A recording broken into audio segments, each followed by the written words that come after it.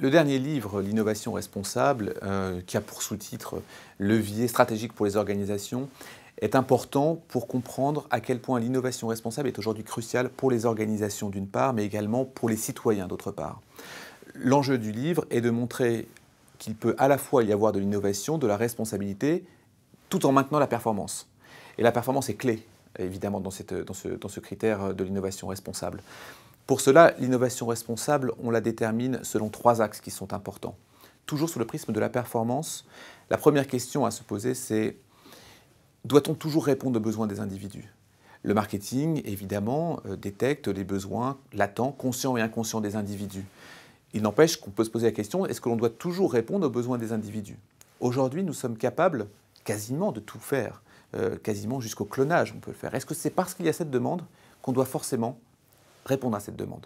Le deuxième axe de l'innovation responsable, il est sur les impacts directs des innovations. Lorsque je téléphone avec mon smartphone, la question est: est-ce qu'il y a un impact direct sur mon cerveau ou pas? Est-ce que j'ai un risque? C'est l'impact direct du fournisseur de l'innovation sur moi. De la même façon, les nanotechnologies, les OGM, sont des impacts d'innovation directs sur celui qui va utiliser l'innovation. Le troisième élément de l'innovation responsable, ce sont les impacts indirects. Les impacts indirects de l'innovation, ce sera par exemple pour le cycliste, le piéton, par rapport au véhicule ou à la voiture qui va polluer à côté de lui. Évidemment, on n'est pas sur l'impact sur le client qui reçoit l'innovation, mais sur l'impact autour de l'innovation sur l'écosystème.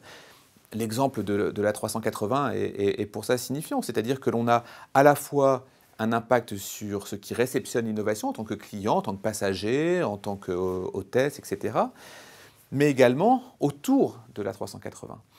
À la fois les animaux qui sont autour, à la fois les plantes, à la fois les forêts, à la fois l'ensemble des éléments qui ne sont pas directement utilisateurs de l'innovation, mais en reçoivent les conséquences. Ainsi, l'innovation responsable, c'est vraiment ces trois dimensions-là. À la fois l'impact direct sur les innovations, à la fois l'impact indirect, et comme on l'a mentionné, est-ce que l'on doit toujours répondre aux besoins des individus? Ces trois dimensions-là doivent être posées par les innovateurs, et les innovateurs doivent comprendre que l'innovation responsable est clé dans leurs nouvelles innovations, dans leurs structures innovantes. Et l'ouvrage sur l'innovation responsable essaye justement de décrire ça à travers plusieurs exemples d'entreprises, à la fois McDonald's, à la fois Starbucks, à la fois Ben & Jerry, à la fois Unilever, à la fois FedEx, à la fois toutes ces entreprises, grandes entreprises ou plus petites entreprises, qui ont appliqué le principe de l'innovation responsable.